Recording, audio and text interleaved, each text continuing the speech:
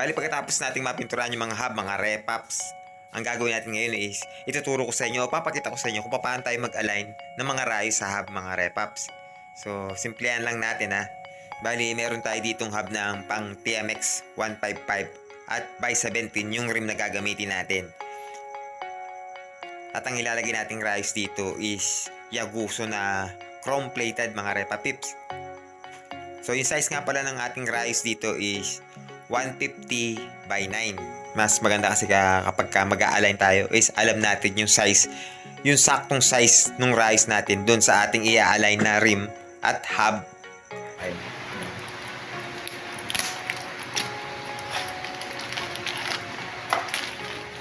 By 9, 150 by 9. Dapat ganyan yung size.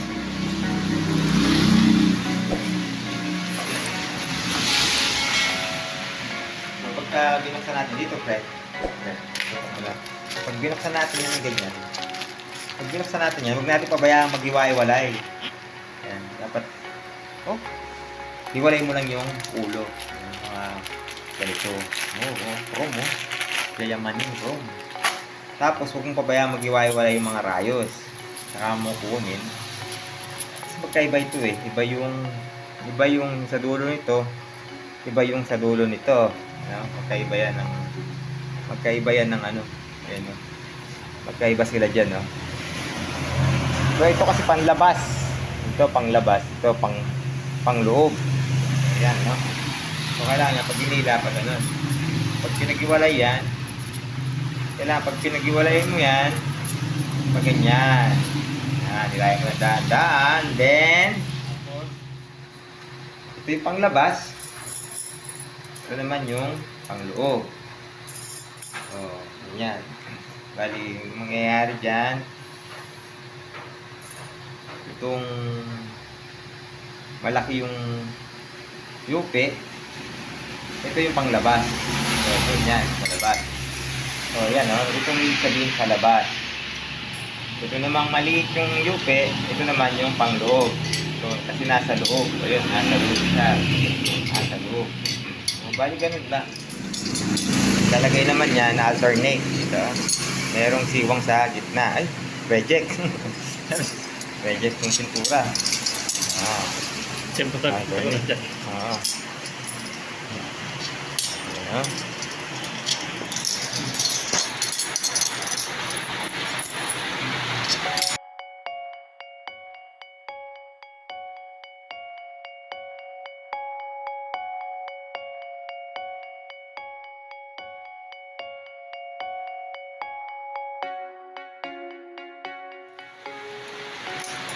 Yun! So, ganyan lang kasimple mga repa pips. So, yan na. So, ituloy na natin yan.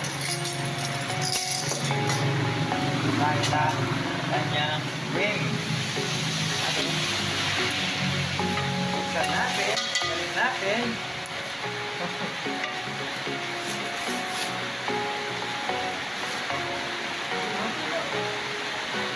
So, pag-aalay niyan, hanapin mo muna yung ito. So, mangyayari, ang rice natin is dito. Ganyan. So, nakaganon, na rayos, saan ka naman nakaganon.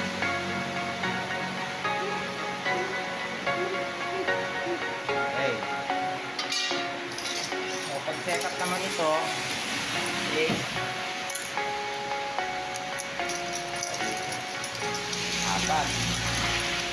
Bali, apat yan. Sa dalawa, tatlo, apat. Alternate. So, dito natin lalagay yung butas na sinasabi ko. Ayan.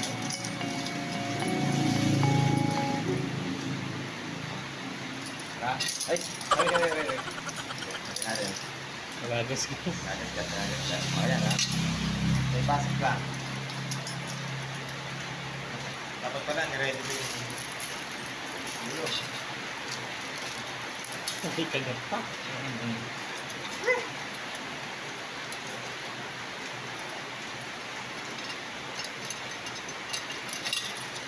Ayan o, pakita mo ulit dito. Ito yung kamay dito. Diba? Ganyan ang yung setup yan. Tapos, ganyan-ganyan na yan lahat. Alternate. Maglalaktaw ka ng asa na ba tayo? 3. Yun o. 1, 2, 3.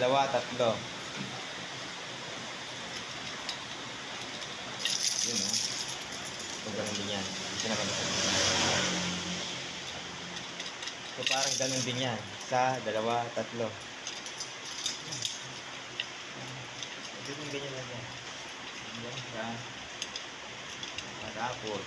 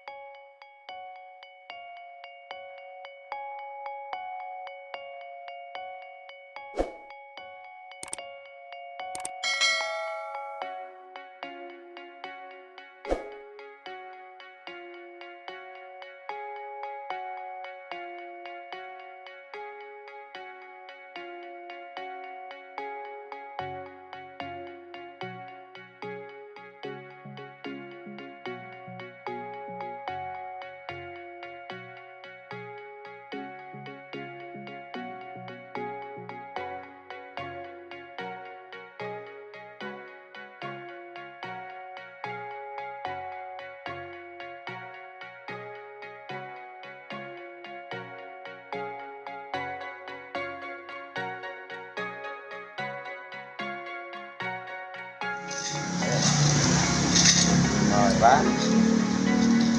Ikot natin. Good. So, i-alay na lang yan.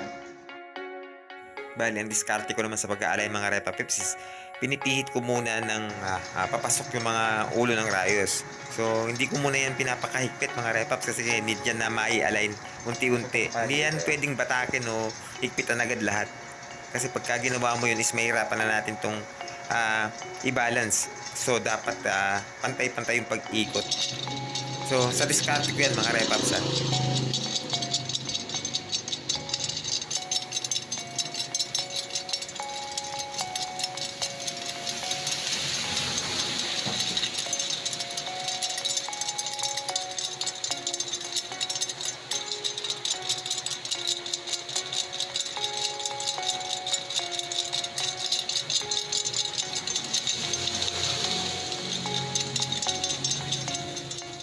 Bali, umpisa na natin ito yung i-align. Unti-unti natin itong ibabalance mga Repa Pips. Mapapansin nyo na dito is medyo nag-8 pa yung ikot ng ating rim. Ayan, mapapansin nyo dyan na hindi pa siya pantay mga Repa Pips. So, unti-unti lang natin yan sisipatin. Kung saan siya lumalayo, halimbawa lumayo siya, pumipihit siya sa papakanan, pakaliwa naman yung pihit natin. So, alternate lang yung gagawin natin hanggang sa mabalance na.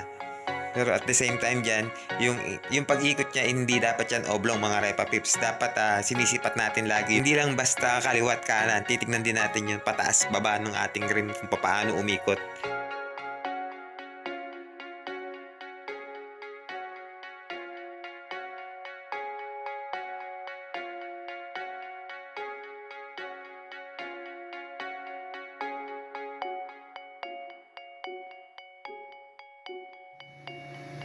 So ayan mga Repa Pips, napakadali lang mag-align, di ba? Sana naman makatulong tong video na ito sa inyo, sa mga gustong matutong mag-align.